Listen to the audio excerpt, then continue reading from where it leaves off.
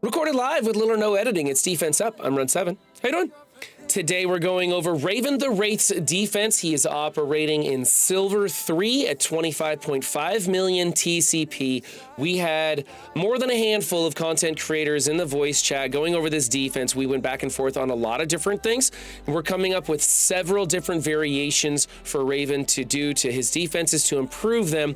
If you are interested in some of these at this level, be sure to understand you need to think critically about these changes and if they work with your roster and your build, because a lot of these are dependent on how much ISOs you have to make these ISO class changes, how big you have these characters built, if it's worth putting somebody in. And of course, we're going to be taking a lot of things out of Raven's offense and putting him on defense and challenging him to get very creative when he goes to attack his opponents offensively. However, we are going to be keeping 3 of the Master Key teams, the Masters of Evil, the New Warriors, and the Superior 6 for the most part, on offense, allowing him to hit some of the big rooms. He also is using Secret Defenders on offense as well.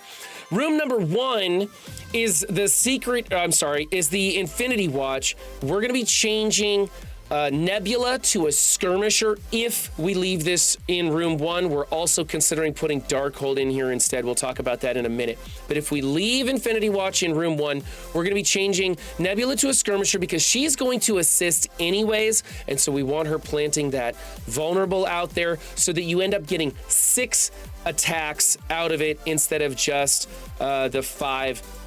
So of course, this is in the teamwork room. So if they're strikers, they assist on the attack.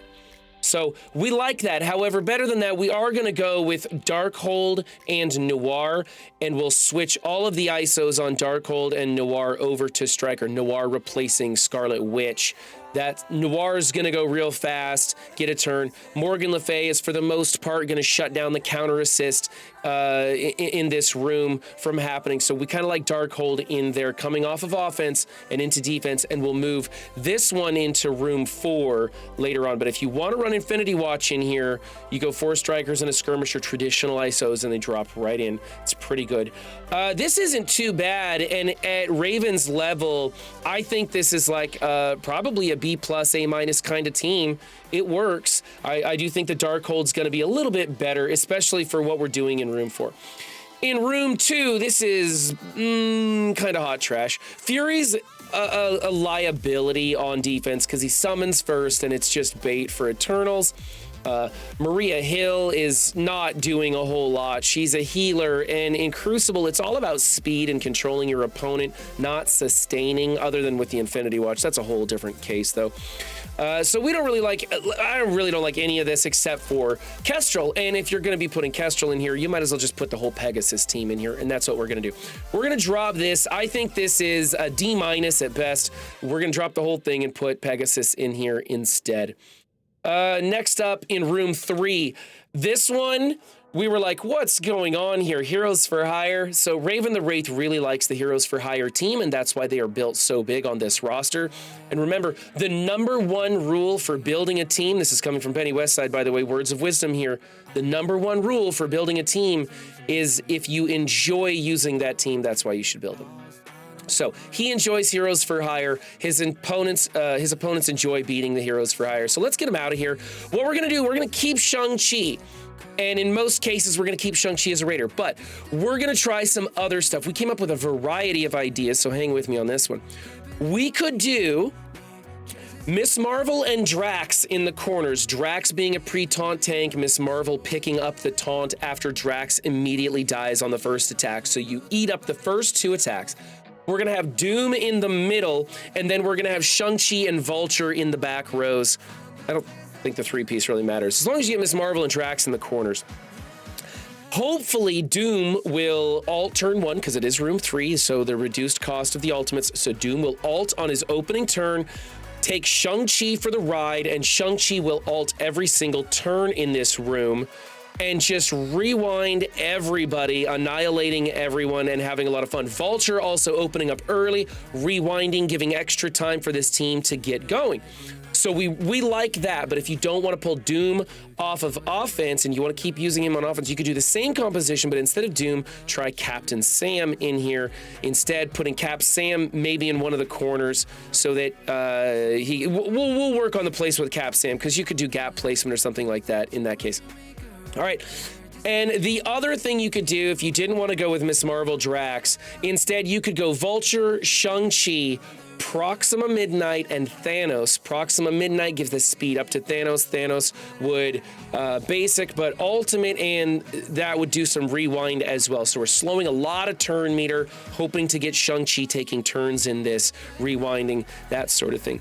Personally, I kind of like that Drax Miss Marvel. Now, that's the OG Miss Marvel, not the hard light. Don't be wasting hard light on something like this.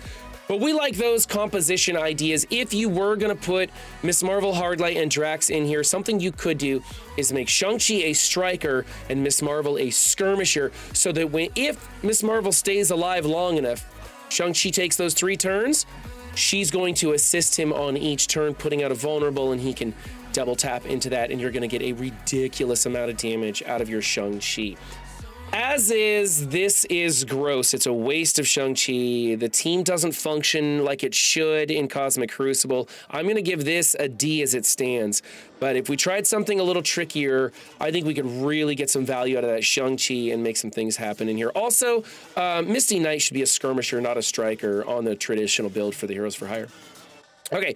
Room number 4, we're going to get rid of this team. We like either the 5-piece Darkhold in here, or better yet, we're going to move that Infinity Watch from room 1 over to room 4.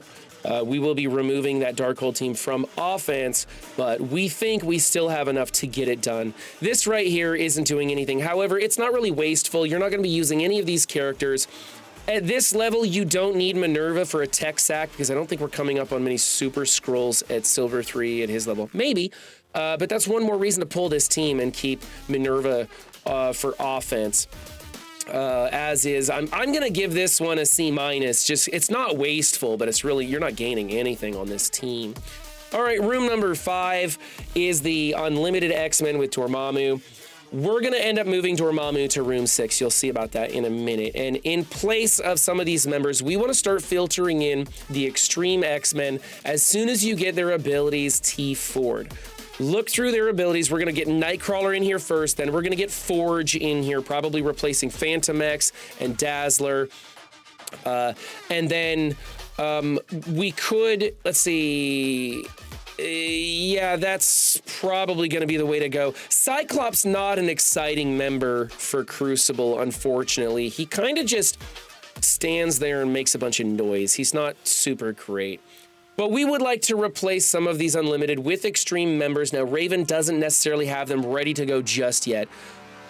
But maybe by Monday, Tuesday, he'll have them ready to fit into his defense. As is, this is okay. I think it's kind of like a B-, probably at best. We have one striker in here, which is Dormammu. If we get rid of Dormammu here,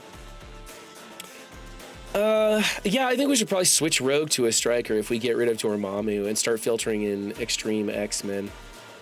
We'll see how that goes. All right, and then in room 6, we have a Gamma team. This is probably one of the best defenses he's got. However, we're going to drop Abomination and put Dormammu in here.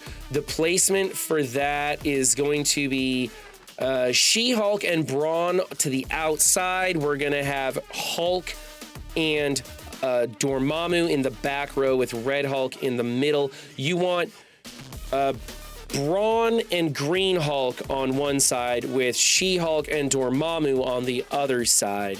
That way they have to choose between She-Hulk or Green Hulk when they go into it. Dormammu makes the matchup a lot more tricky, giving some extra revive and whatnot. You'd still beat that with New Warriors, but man, I've failed with that one. Of course, I've failed with just about everything in Cosmic Crucible. Come watch my streams live and see me do it. As is, this team is pretty good. Some of these ISOs could be changed, but they're not necessarily wrong. We've seen all healer gamma. We've seen lots of different things, but these are fine. I'm going to give this an A-, a little tweaking, and we can bring it up to a solid A team. And I think that's really going to stump his opponents. The challenge will be if Raven the Wraith can now utilize a much smaller offensive list as effectively. We took Darkhold off of his offensive list. We're taking some other characters like Vulture out of there. Vulture could be used with the superior 6 on offense, but maybe not totally necessary. So lots of little things. Remember, try and apply, see how it goes. Think critically whether you want to spend ISO resources changing things or if you just want to leave it alone. You know, like this Shang-Chi, changing him to a striker to go with that Miss Marvel, that's probably a pretty expensive change and you don't want to do something like that. So it really depends on what you have available in your roster. And if you want your defense featured on Defense Up, be sure to, well, like and subscribe anyway, but you can hit me up on Discord. Just shoot me a DM asking to be put on the list and I'll get you on there and we'll get you featured on Defense Up as soon as possible. Don't expect to make this season though. That list is really getting long. Remember, guys, don't just have a good game, be good to yourselves and others too, and I'll see you next time. Bye.